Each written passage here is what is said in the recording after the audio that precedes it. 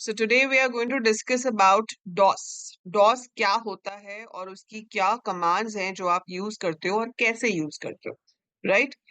हम लोग जो operating systems day to day life में यूज करते हैं, those are graphical user systems, graphical user interface कह सकते हो आप, जैसे हम GUI कहते हैं, right? So we call it GUI, graphical user interface. जो आपकी विंडोज हो गई, अगर आप मैकबुक यूज कर रहे हो तो आपका iOS हो गया। मैकबुक में डॉस नहीं होता, मैकबुक में टर्मिनल होता है, ठीक है? जो विंडोज के कंप्यूटर्स हैं उसमें आपको डॉस मिलेगा, जो लिनक्स है उसके अंदर आपको यूनिक्स मिलता है, जैसे हम उबंटू की फॉर्म में भी यूज करते हैं, ठीक है? सो विंडोज कंप्यूटर्स में हमारे पास जो कमांड लाइन इंटरफेस है, मतलब कैरेक्टर यूजर इंटरफेस है, दैट इज कॉल्ड डॉस। तो डॉस विंडोज से भी पहले था।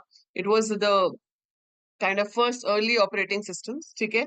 जहां पर आप कमांड्स लिख के कमांड्स देते थे। सो इसको हम क्या कहते हैं? It is CUI operating system. Console user interface भी बोला जाता है, या फिर इसको कैरेक्टर यूजर इंटरफेस भी बोला जाता है। और इसका काम क्या है कि आप कमांड्स दें, जो हम नॉर्मली विंडोज में कमांड्स देते हैं, हम डबल क्लिक करते हैं किसी भी चीज पे, वो ओपन हो जाती है ना?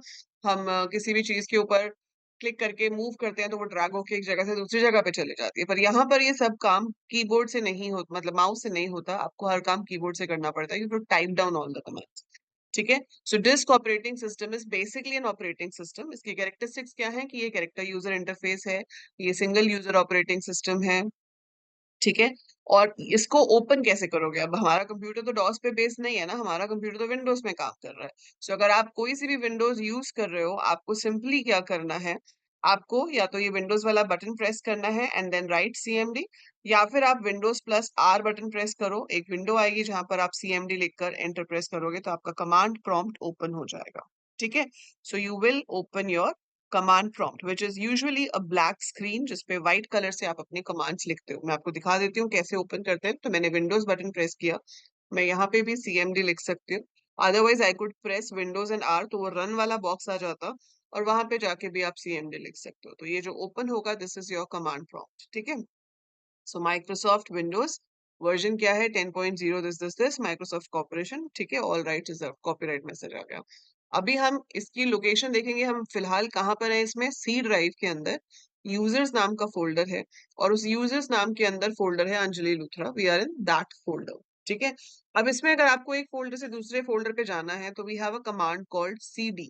CD stands for change directory. जैसे अगर मुझे बिल्कुल पीछे जाना है तो मैं यहाँ पे CD बैकस्लैश करूंगी और एंटर प्रेस करूंगी। देखो अब मैं C ड्राइव में आ गई। Now I am at C drive. मेरे को D ड्राइव में जाना है, तो मैंने D: एंटर प्रेस किया, मैं D ड्राइव में चली गई। इसके अंदर मेरे पास मान लो कोई फोल्डर है, BCA है ही नहीं, ठीक है? तो कोई फोल्डर है ही नहीं, आप बनाना चाहते हो, you have a command called MD। MD stands for make directory। तो आपने MD BCA किया, और अब आपने किया CD BCA, तो आप देखो यहाँ BCA फोल्डर में आ गया। मैं आपको विंडोज में से जाके भी दिखा देती हूँ।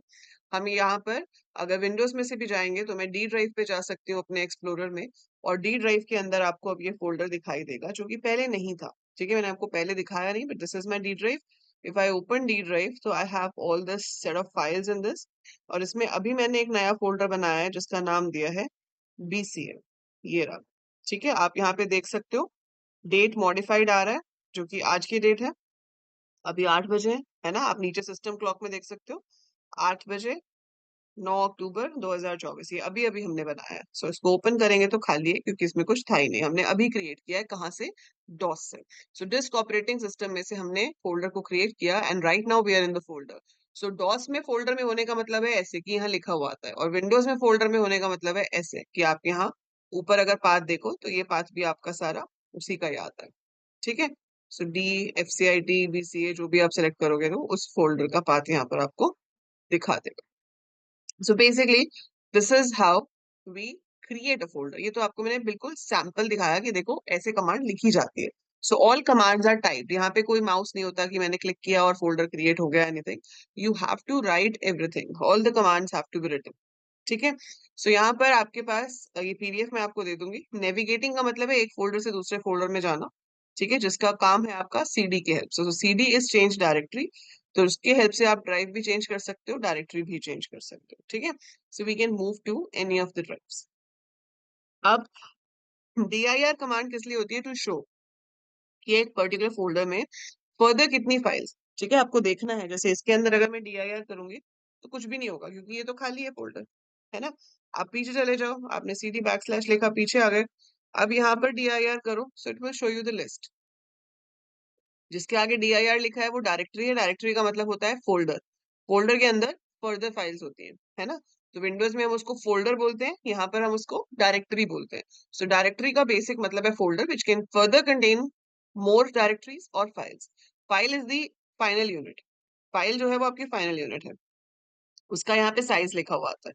तो आप यहाँ पे देख पा रहे हो जितनी भी फाइल्स हैं यहाँ पर आपके पास लिखा हुआ है कि उसका साइज कितना है, इतनी बाइट्स है, ये फाइल का नाम है। ठीक है, so number of bytes occupied by the file and then name of the file and when was it created और लास्ट मॉडिफाइड, वो डेट एंड टाइम हमारा यहाँ पर सारा लिखा हुआ आता है। We are getting the complete list over here, पूरी ड्राइव की कितनी भी हमारे पास है वो सब यहाँ आ जाएगा। ठीक है, that is the task of dir command. अब यहाँ पर वही सेम चीज दिखाई हुई है कि आप सीडी करके कैसे कैसे चेंज कर सकते हो, आप पूरा पाथ लिख सकते हो। अब कमांड्स देखो क्या क्या है जो आपको पता होने चाहिए। इसमें बहुत सारी कमांड्स होती हैं, जिसमें से हम इनको इंटरनल और एक्सटर्नल कमांड्स में डिस्ट्रीब्यूट भी करते हैं। इंटरनल कमांड्स होती हैं जो कि डॉस में सीधे सीधे यूज हो जाती है। ठीक है, आपको कुछ अलग से इंस्टॉल नहीं करना पड़ता। वो डॉस में एक फाइल होती है command.com।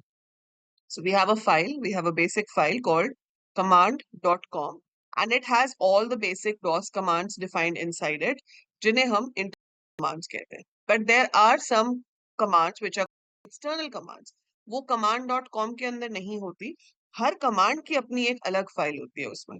ठीक है, तो वो जो system32 के अंदर आपका फोल्डर है उसमें हर कमांड की अपनी फाइल ही अलग होगी, वो एक्सटर्नल कमांड्स होते हैं। ठीक है, अब इसमें आपको ज्यादातर जो कमांड्स हैं वो यूज करनी नहीं है। इसमें से आपको जो पता होनी चाहिए वो बहुत बेसिक कमांड्स है, like एट्रिब।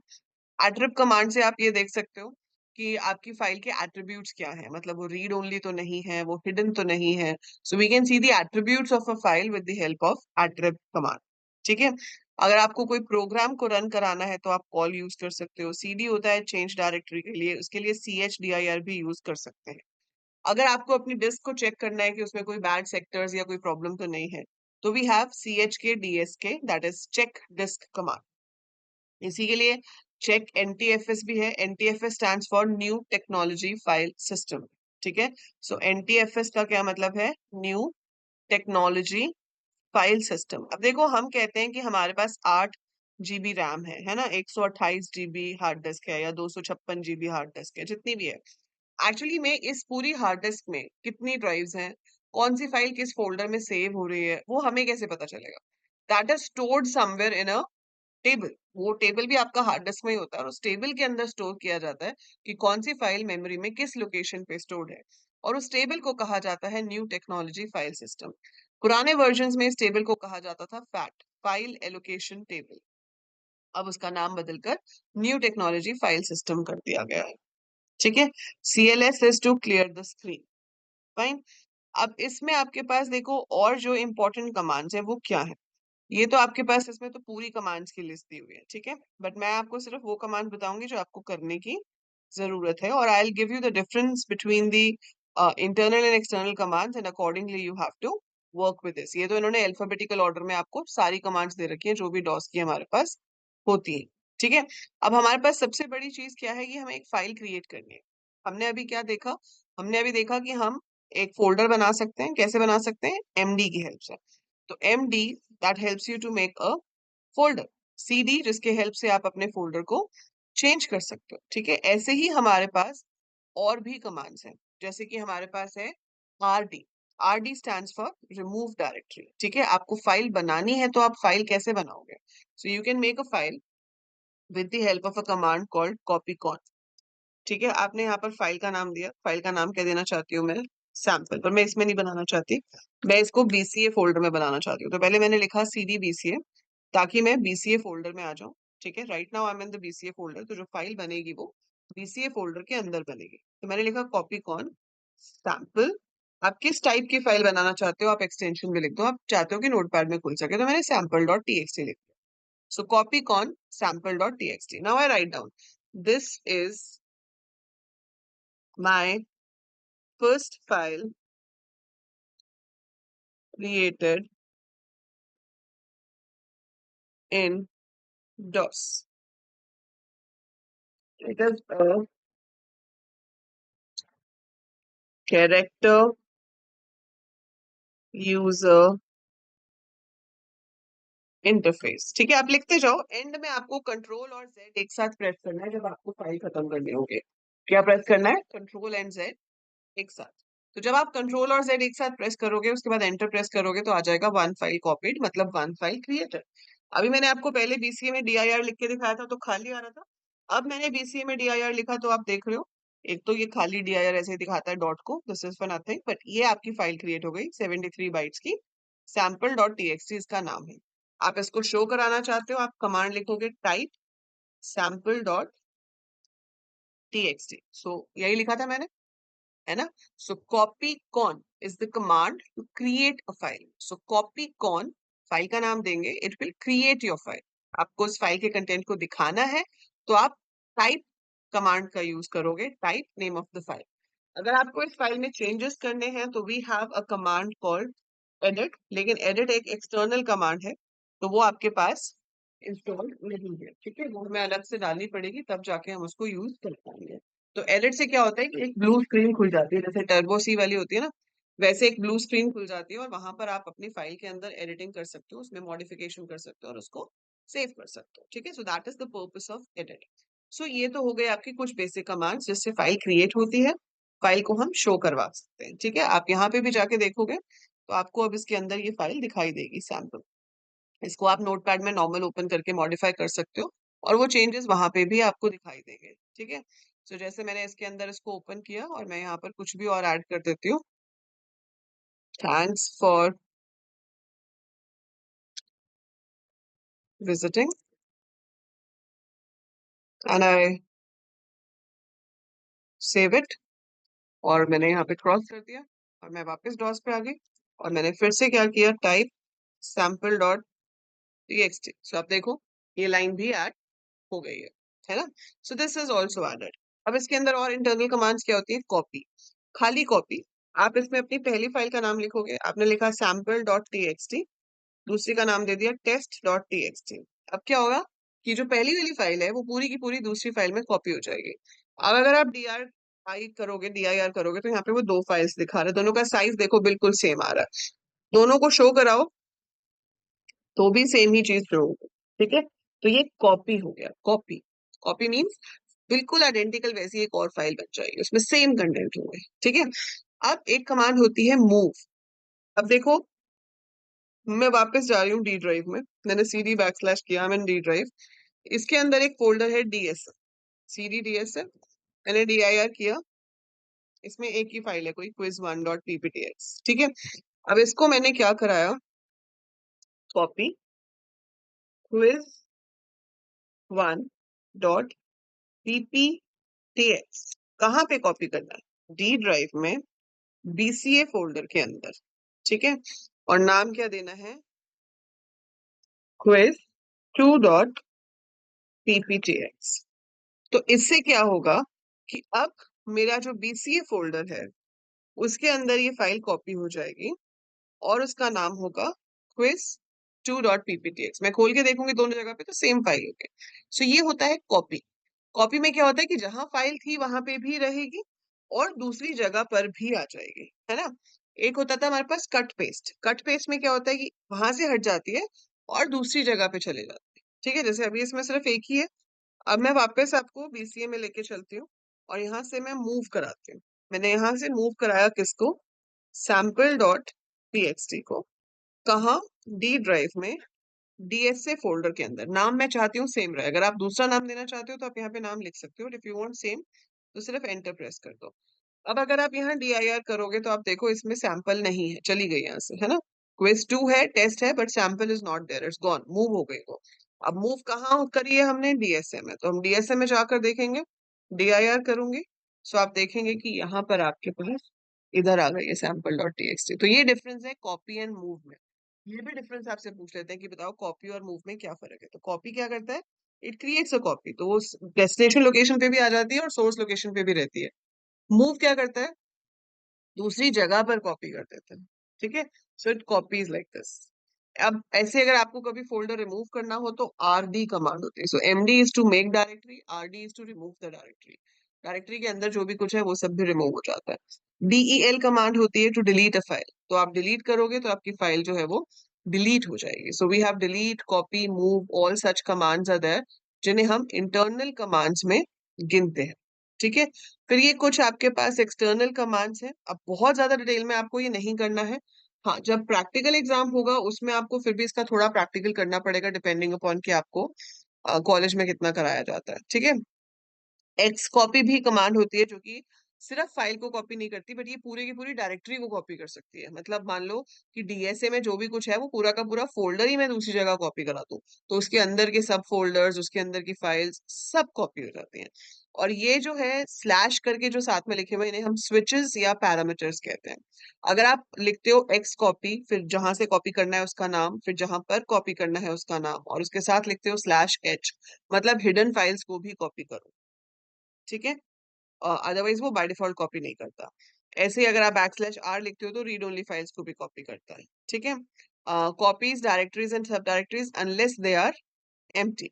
If you omit backslash S, xcopy works within a single directory. तो अगर आप चाहते हो कि सब डायरेक्टरीज एंड ऑल सब कॉपी हो तो आपको बैकस्लैश एस भी लिखना पड़ेगा.